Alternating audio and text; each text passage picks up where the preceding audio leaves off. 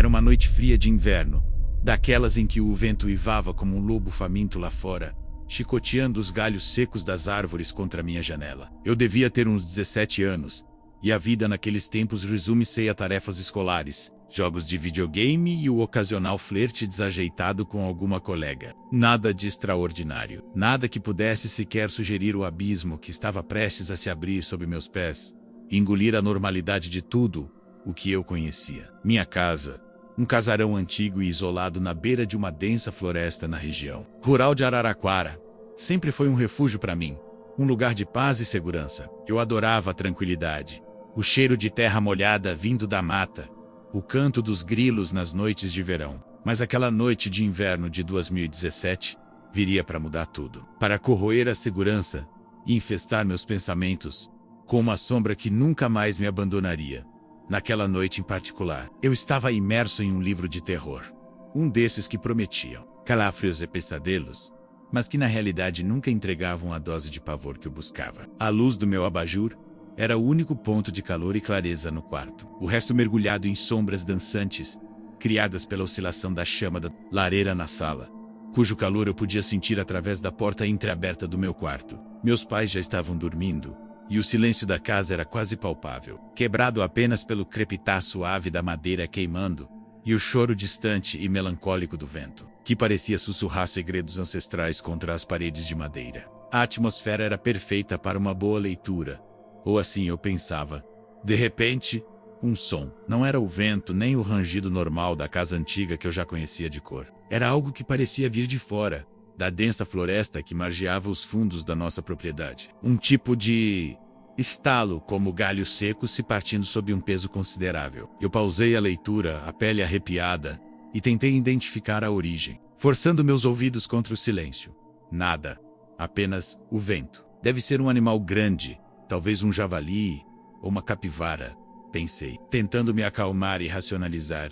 Um esforço em vão contra a inquietude que começava a borbulhar dentro de mim, mas uma sensação de desconforto profundo começou a se instalar. Uma premonição fria que rastejava pela minha espinha. Era como se a própria floresta tivesse se tornado um ser consciente, respirando pesadamente do lado de fora. Voltei ao livro, mas meus olhos corriam pelas palavras sem que a história se fixasse em minha mente. Aquele som, ele se repetia. Mas, 1, 2, 3 estalos distintos, como passos pesados e irregulares se aproximando. E então, uma sombra. Nad, meus olhos se arregalaram em choque. Meu corpo congelando na posição em que estava. Era alta, demasiadamente alta. Ultrapassava em muito a moldura da janela do segundo andar, que já era consideravelmente alta. E fina, como um esqueleto alongado, coberto por um tecido escuro. Um terno antiquado e sombrio que parecia absorver a pouca luz existente. Não havia rosto. Não havia traços que eu pudesse identificar. Nem olhos, nem nariz, nem boca. Apenas um vazio opaco onde a face deveria. Era uma silhueta, inegavelmente humana, mas distorcida. Alongada de uma forma que desafiava a natureza, as leis da física e a própria sanidade. Meu coração começou a martelar no peito. Um tambor descompassado que ecoava em meus ouvidos. Tão alto que parecia quebrar o silêncio mortal do quarto. Eu não conseguia mover um músculo. O ar parecia ter sido sugado do quarto. E meus pulmões ardiam na tentativa desesperada de respirar. A figura não se moveu. Apenas ficou ali, parada. Ou pelo menos, eu sentia que estava observando. Aquele vazio onde deveria haver um rosto parecia me encarar diretamente, perfurando minha alma com uma intensidade gelada e indescritível. Seus braços incrivelmente longos pendiam ao lado do corpo, terminando em mãos que pareciam garras. Dedos que se estendiam em comprimentos anormais, com as pontas quase tocando o chão do lado de fora. O horror me paralisou. Uma mistura de incredulidade e terror visceral. Minha mente gritava para que eu fechasse os olhos, para que eu fugisse, para que eu me escondesse sob as cobertas. Mas meu corpo se recusava a obedecer, preso em um transe. A escuridão do lado de fora da janela parecia sugá-lo, fazendo com que ele se mesclasse com as sombras densas da floresta, como se fosse feito da mesma substância da noite.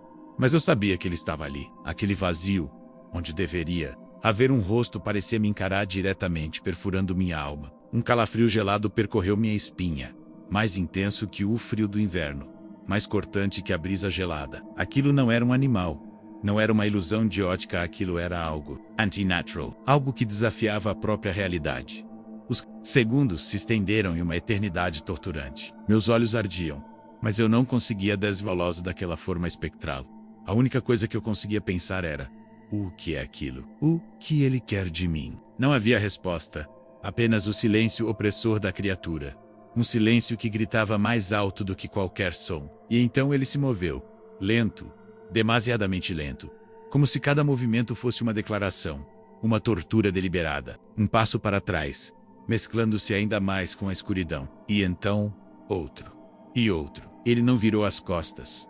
Não se apressou. Apenas recuou, como se estivesse se dissolvendo na noite, desaparecendo sem deixar rastros, como fumaça que se dissipa no ar. Eu pisquei.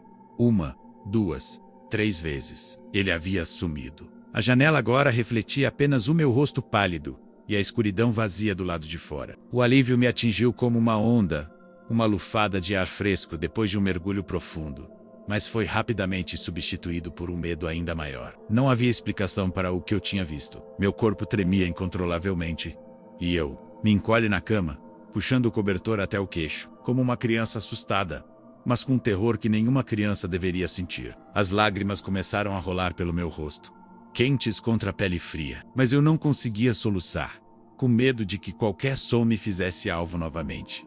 O resto da noite foi uma tortura incessante. Cada rangido da casa, cada sussurro do vento contra o vidro, me fazia encolher, me fazia gelar até os ossos. Meus olhos estavam fixos na janela, esperando que a sombra retornasse, mas ela não voltou. Pelo menos, não naquela noite. A insônia me consumiu, e eu passei as horas que restavam até o amanhecer em um estado de alerta constante. Minha mente repassando a cena inúmeras vezes, tentando encontrar uma falha, uma explicação racional, qualquer coisa que me tirasse daquele pesadelo acordado. Mas não havia nada.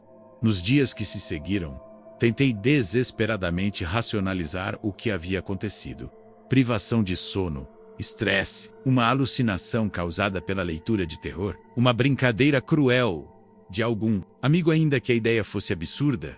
Eu me agarrava a ela. Eu tentei me convencer de todas as formas possíveis, repetindo para mim mesmo que era tudo coisa da minha cabeça. Mas a imagem daquela figura sem rosto estava gravada em minha mente. Uma cicatriz invisível, uma mancha indelével em minha percepção da realidade. Eu não conseguia falar sobre isso com meus pais. Como eu explicaria algo tão absurdo, tão além da compreensão? Eles provavelmente pensariam que eu estava enlouquecendo, que eu precisava de ajuda psicológica, e talvez eu precisasse. Comecei a ter dificuldades para dormir. Cada sombra no quarto se transformava em uma ameaça potencial, cada galho balançando. Lá fora se parecia com os braços alongados da criatura. Eu passava horas olhando pela janela, com medo e ao mesmo tempo uma estranha fascinação mórbida. Uma curiosidade doentia que me puxava para o abismo. Eu sabia que ele estava lá fora, em algum lugar na floresta. Eu sentia sua presença, um peso opressor no ar, uma sensação de que estava sendo observado constantemente, mesmo quando não havia ninguém. A floresta, que antes era um lugar de aventura e brincadeiras na minha infância, cheia de trilhas secretas e esconderijos perfeitos, tornou-se um pesadelo vivo, um labirinto verde de sombras e perigos ocultos. Eu a via de forma diferente agora, escura, cheia de segredos e perigos inomináveis. A ideia de que algo tão maligno pudesse existir no mundo real, algo que desafiava todas as leis da natureza, da razão e da lógica, era aterrorizante e ao mesmo tempo hipnotizante. O medo começou a me consumir. Eu perdi o apetite, as notas caíam na escola, e eu me afastava dos meus amigos. Eles perguntavam o que estava acontecendo, mas eu não conseguia explicar. Como explicar algo que nem eu mesmo conseguia entender? Algo que eu duvidava que alguém pudesse acreditar? Eu me tornei recluso, preferindo a solidão do meu quarto, onde pelo menos eu podia tentar me proteger daquela ameaça invisível. Minha mãe tentava conversar comigo. Perguntava se eu estava com algum problema na escola ou com alguma garota. Mas eu apenas balançava a cabeça, incapaz de proferir uma única palavra sobre o que realmente me atormentava. O segredo era pesado, mas parecia ser a única forma de me manter são aos olhos dos outros. E então, os sussurros começaram. Primeiro, eram apenas ecos na minha mente. Sons indistintos que eu atribuía ao cansaço extremo, ou à minha imaginação. Mas com o tempo, eles se tornaram mais claros, mais insistentes. Vozes baixas, inaudíveis, que pareciam vir de todas as direções e de nenhuma ao mesmo tempo. Não eram palavras, não eram frases. Eram apenas ruídos, chiados, estática, como uma rádio mal sintonizada, mas que se infiltravam em minha mente de forma perturbadora. Era como se a floresta estivesse me chamando, me convidando para o seu interior, para as suas profundezas, onde ele esperava por mim. Eu tentava ignorar, colocava fones de ouvido com música alta, mas os sussurros ainda conseguiam furar a barreira do som e me atormentar. Eles vinham quando eu estava sozinho, quando a casa estava em silêncio, quando eu estava prestes a pegar. Nelson. Eram constantes, incessantes. Certa noite, meses depois daquele primeiro encontro, o terror atingiu um novo patamar. Eu estava novamente no meu quarto, à luz do abajur acesa, tentando desesperadamente estudar para uma prova importante. Mas minha mente estava longe, assombrada pelas lembranças e pelos sussurros que agora eram quase audíveis, uma cacofônia de ruídos estranhos. De repente, a luz do abajur piscou. 2 vezes. E então, apagou completamente, mergulhando o quarto em uma escuridão total, exceto pela fraca luz da lua que mal penetrava a janela. Meu coração disparou. Um frio glacial percorreu meu corpo, mais intenso do que qualquer coisa que eu já havia sentido. Eu olhei para a janela, e lá estava ele. Mas desta vez, ele estava mais perto. Não na escuridão da floresta, mal visível. Ele estava quase colado ao vidro, uma silhueta imponente, mais escura do que a própria noite, preenchendo toda a extensão da janela.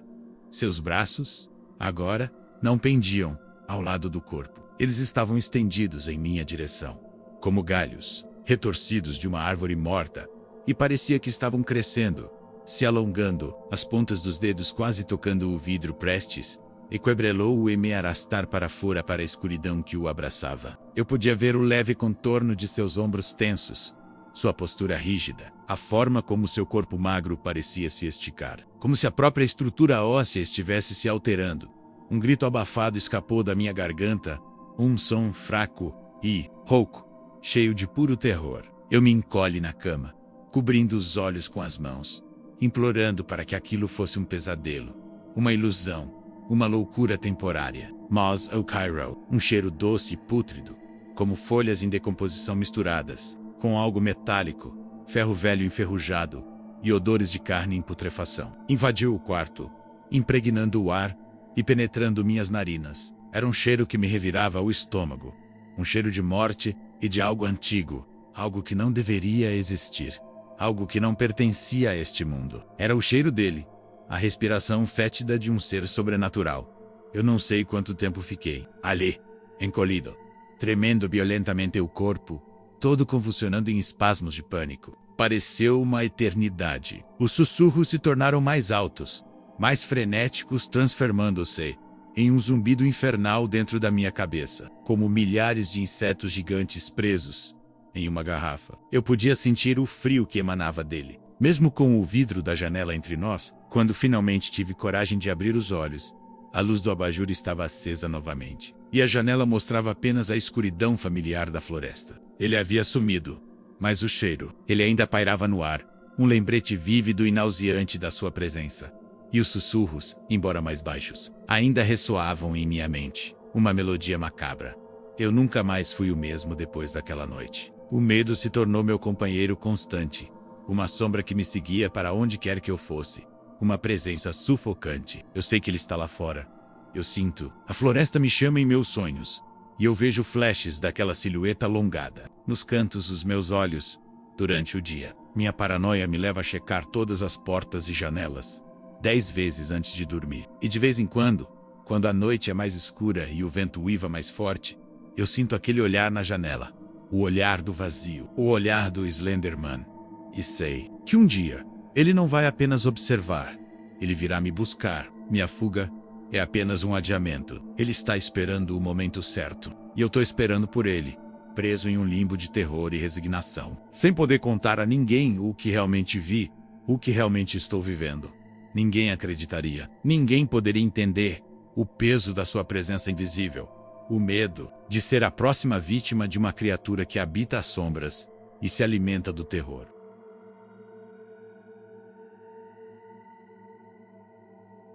O ano era 2018, e a cidade de Araraquara parecia para mim o ápice da normalidade. Eu era um universitário recém-chegado, longe da minha cidade natal em Minas Gerais, vivendo em uma república estudantil barulhenta e caótica. A vida era cheia de aulas, trabalhos em grupo e noites intermináveis de conversa fiada e pizza fria. Era o tipo de vida que um jovem de 20 anos sonhava. Liberdade, aprendizado e a promessa de um futuro brilhante. Eu, o mais cético dos meus amigos, sempre ria das histórias de fantasmas e lendas urbanas que surgiam nas madrugadas. O sobrenatural era para filmes e livros, não para a vida real. Mal sabia eu que essa convicção seria testada e destruída, de uma forma que me assombraria para sempre. Tudo começou de maneira sutil, quase imperceptível. Eu estava revisando um artigo complexo sobre física quântica em meu notebook, tarde da noite, na biblioteca da universidade. O lugar estava praticamente vazio. Apenas alguns alunos tão obcecados quanto eu. A quietude era quase perfeita. Quebrado apenas pelo leve zumbido dos computadores e o sussurro ocasional de páginas viradas. Foi então que senti. Não vi nada, não ouvi nada. Apenas uma sensação estranha. Um calafrio que não era do ar-condicionado. Era como se algo estivesse me observando. Uma presença pesada e gélida na periferia da minha visão. E eu vi cabeça abruptamente. Mas não havia ninguém. A estante de livros à minha direita, cheia de volumes empoeirados, era a única coisa lá. Cansaço, pensei, balançando a cabeça e voltando aos meus estudos. Mas a sensação persistiu. Um formigamento incômodo na nuca, como se um olhar invisível estivesse fixo em mim.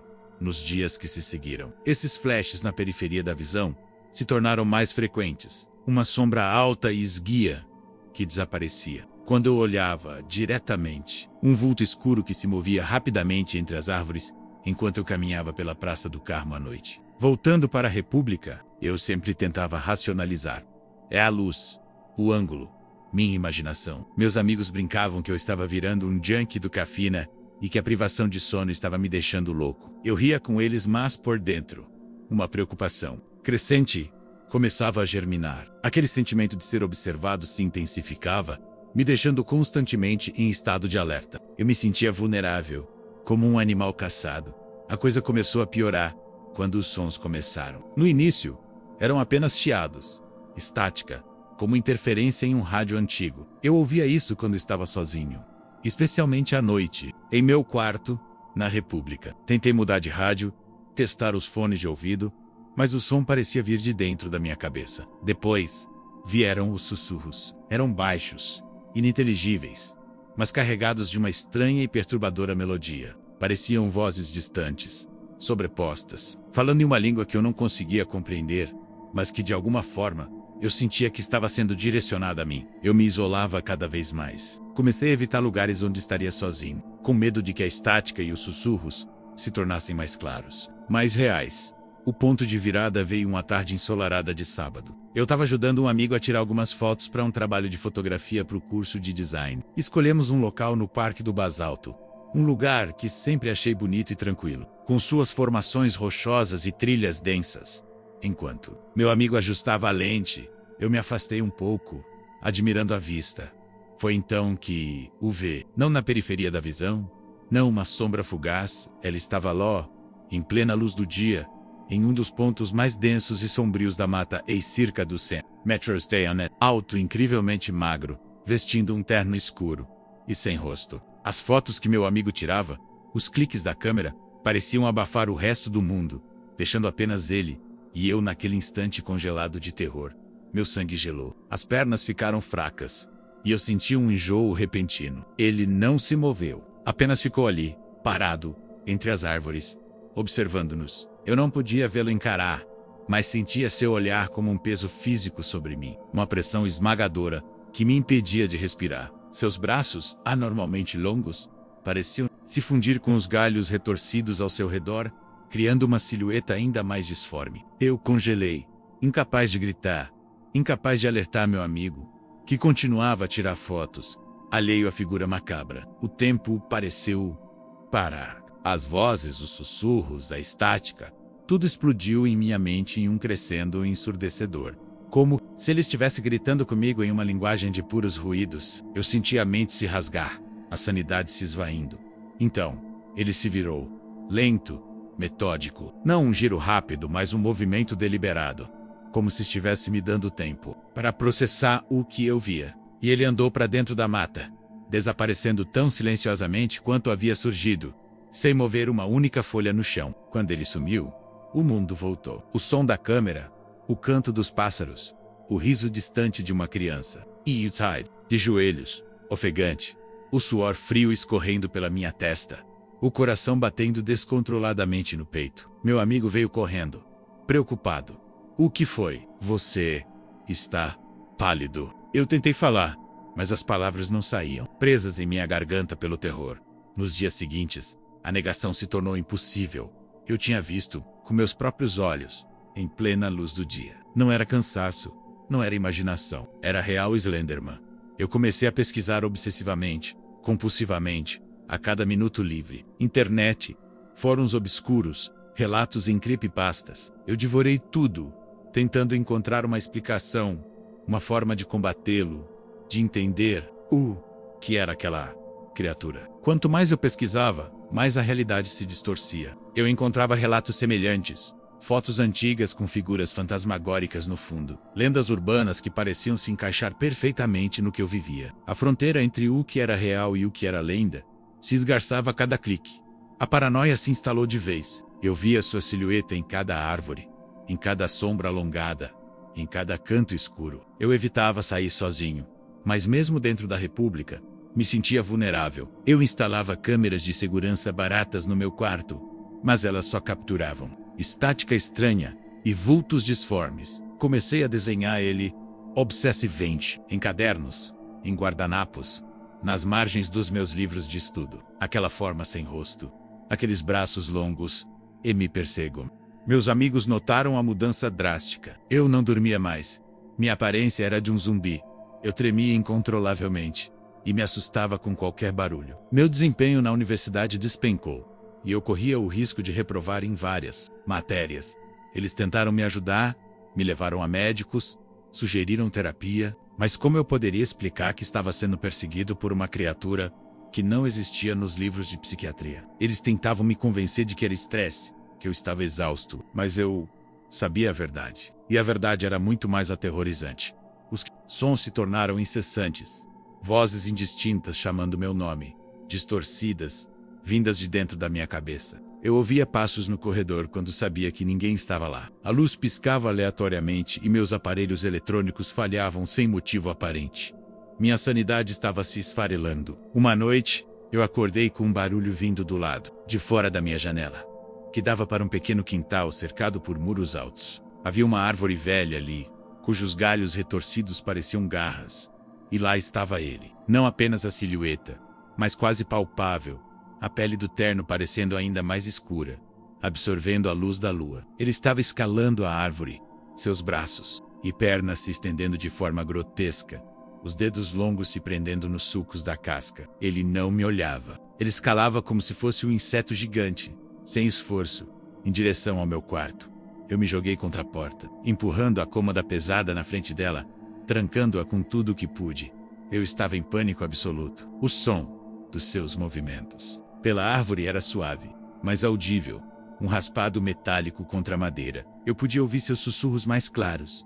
Agora, não em palavras, mas em uma frequência que penetrava minha mente e me causava uma dor de cabeça lancinante, como se meu cérebro estivesse sendo espremido. Eu me encolhi no canto do quarto, cobrindo os ouvidos, chorando e gritando silenciosamente por dentro. Eu não sabia quanto tempo ele ficaria lá, ou se ele conseguiria entrar. Apenas o medo, pural e primitivo. Aquela noite foi a mais longa da minha vida. Ao amanhecer, o silêncio retornou. Ele havia sumido, mas a marca ficou. Eu podia sentir sua presença no quarto, uma frieza que nunca mais foi embora. Decidi que não podia mais ficar ali. Eu larguei a faculdade. Eu peguei minhas poucas coisas e voltei para a casa dos meus pais em Minas Gerais. Eles estavam chocados com a minha aparência, com a minha perda de peso, com o meu olhar vazio e assustado. Tentei explicar, mas as palavras pareciam vazias, sem sentido. Eles acharam que eu tive um surto ou uma crise de ansiedade grave. Me levaram a vários especialistas. Eu fingia cooperar, fingia que estava melhorando, mas a verdade é que eu estava apenas escondendo o que eu realmente sentia. Hoje, estou em casa, Mas não estou seguro. Eu vejo sua sombra em cada esquina. Eu ouço seus sussurros no vento, no farfalhar das folhas, na estática da televisão.